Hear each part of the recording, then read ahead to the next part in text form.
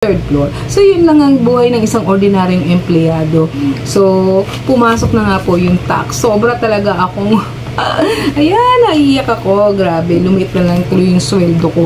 So, sa pamasahe pa lang araw-araw. Kasi ako 100 pesos a day. So, yun. Yung dagdag, yes, may dagdag po yearly ang aming sahod. Pero ang nadadagdag lang, 500 a month. Yun, 500 a month. Parang dito lang din pumasok sa tax. Dahil sobra na raw po yung aming natanggap na dapat inalagyan ng tax. Sige, yun. Wala naman tayong magagawa kundi ano. Kaya lang nakakalungkot, no? Sana yung dagdag sahod naman, sana, yun nga, nagkaroon ng tax, dagdag sahod naman, yung talagang makatarong ng sahod na dagdag. So, kasi ang hirap din naman, mapa-private man yan, mapa-government, dapat, sapat na dagdag sahod. Para naman yung mga pangangailangan din ng ating mga pamilya, ma-provide din natin na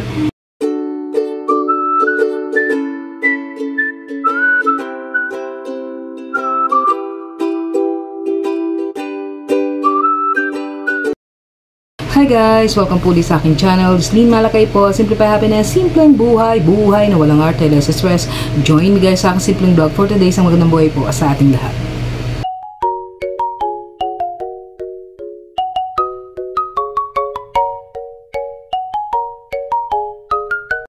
So, yan nga guys, ayan, galing ako ng duty, panggabi po ako, so yun, nagsalang na ako ng labahin ko doon sa ibaba, para ayan, habang umiikot yung washing, makapag-vlog man lang tayo. So, ito na nga guys, ayan, isang magandang buhay po sa ating lahat.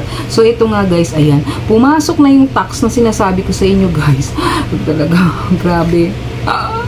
Ayan, 1,000 guys, ayan withholding tax 1,026 pesos hanggang December po. So ito pong sinahod ko na ito is for the month of September, kasi ito yan, October, para dun sa nakaraang buwan to, September, October, November, December. So 4 months po kami nababawasan nito guys. Ayan, ito na talaga, totoo na. Grabe, yung sweldo ko na nga maliit, mas lalo pang lumiit. Yung sweldo ko nakakarampot, mas lalong naging kakarampot. So, yun. Totoo naman yun na yun. Kasi may nag-comment dun sa ko na dapat iwasan na lang mag-loan. Yun, makontento na lang kung ano meron. Totoo naman po yun. Tama naman po yun. So, kasi yan nga, maliit yung ating sahod kasi may mga loan po tayo dito. Kasi, yun nga, kasi pagka ordinaryong empleyado ka, tapos minsan yung husband ko wala rin kumbaga kulang din yung yung kinikita. Talagang nakakapag-loan ka. For example, nung nagpagawa po ako nitong bahay, ayan yung third floor na to. Ayan, katas po yan ng aking GSIS, Multipurpose Loan. So GSIS MPL. So yun. Katas po yan. Ito yung pinagpagawa ko po ng third floor. So bakit po nagpagawa tayo ng third floor? Kasi guys, lumaki na po yung mga anak ko. So, isang kwarto lang kami, 5 kaming natutulog. So, sabi ko sa husband ko, gusto kong magpagawa ng itaas sana at para magkaroon ng kwarto. So, yung nagkaroon dito ng 3 kwarto plus nagkaroon ng maliit na sala sa second floor. Tapos, meron tayong maliit na sala rin doon sa ground floor. So, yun naman po, may mga ala-ala naman yung aking loan. So, kahit tayo po ay nakakapag-loan. At totoo yung sinabi naman na makontento talaga tayo kung anong meron. Kaya lang syempre yun nga yung need talaga na magkaroon na tayo. Kasi nung ondoy po, nag-ondoy nun, dito kami lahat talaga sa nagsisiksikan sa isang kwarto. Ang hirap talaga guys. At ito ay nagpagawa po tayo ng long span. Long span po yung pinagawa po natin na yan. Yero po yan na At may konting ipon din po ako nung nagalaw ko din po. At ito yan, yung ating Provident, yan, Provident Equity Loan. Ang katas naman po ng ating Provident Equity Loan, yung nagpatambak po ako doon sa ibaba. Kasi nung nakalimutan ko na kung anong bagyo yun basta basta inabot po ng bagyo yung aming ibaba. Ito lang po, kailan lang din po sobrang taas po, yung hindi po talaga ako nakauwi nun. Ang taas po ng tubig doon sa umabot doon sa hagdanan namin, sa landing namin. So sabi ko sa asawa ko, tambakan natin para hindi naman, at saka yung pa pala, nagtambak kasi sa kalsada. So ang nangyari, naiwang kami talaga. Kaya konting ulan lang, naglilimas kami ng tubig. So sabi ko sa asawa ko, tumaas tayo ng kahit konti dun sa sa kalsada, which is ayan, nakapag-loan po tayo.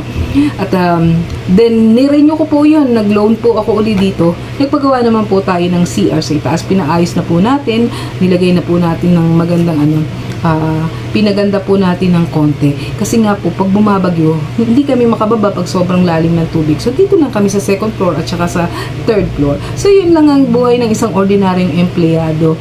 So, pumasok na nga po yung tax. Sobra talaga akong ayan, naiiyak ako. Grabe, lumiit na lang tuloy yung sweldo ko. So, sa pamasahe pa lang araw-araw. Kasi ako 100 pesos a day. So yun, yung dagdag, yes, may dagdag po yearly ang aming sahod, pero ang nadadagdag lang 500 a month. Yung 500 naman parang dito lang din pumasok sa tax. Dahil sobra na raw po yung aming natanggap na dapat inalagyan ng tax. Sige, yun, wala naman tayong magagawa kundi kaya lang nakakalungkot, no? Sana yung dagdag sahod naman, sana, yun nga, nagkaroon ng tax, dagdag sahod naman, yung talagang makatarong ng sahod na dagdag. So, kasi ang hirap din naman, mapa-private man yan, mapa-government, dapat, sapat na dagdag sahod. Para naman yung mga pangangailangan din ng ating mga pamilya is, ma-provide din natin na, kahit paano, yung pangangailangan ng ating pamilya. At saka, syempre nga, yung alam mo naman yung sa government, puro tayo loan, ganun. Wala tayo talaga magagawa pa. Kahit private po, mga SS loan, ganun. At wala po tayo talaga magagawa kasi ganun po yung talagang realidad ng buhay. Yung pag ikaw isang ordinaryong empleyado, tapos dito lang sa Pilipinas working. So, but yan, anyway yan. Pagka December yan, i-update ko kayo pagka baka January na yun, matanggal na. So, i-update ko po kayo. So, yun, ang dami po na nagre-reklamo na aking mga kasamahan. Hindi lamang po ako. So, yun. Hi, yan sa mga kasama ko na nakaltasan ng tax. So, yan. Ito na talaga ang reality ng ating buhay. Ito na tax na nakakaiyak. So, yan. So, yan guys. Thank you for watching. Just sharing my ayan, my feelings. So, yun. Thank you guys. At sa mga kasama ko dyan, ayan, tuloy ang ating laban sa buhay. So, magandang buhay po sa ating lahat. So, thank you for watching guys. I hope na sana yan, ma-share nyo yung aking video. So, magandang buhay po sa ating lahat. God bless everyone. Tuloy lang ang ating live.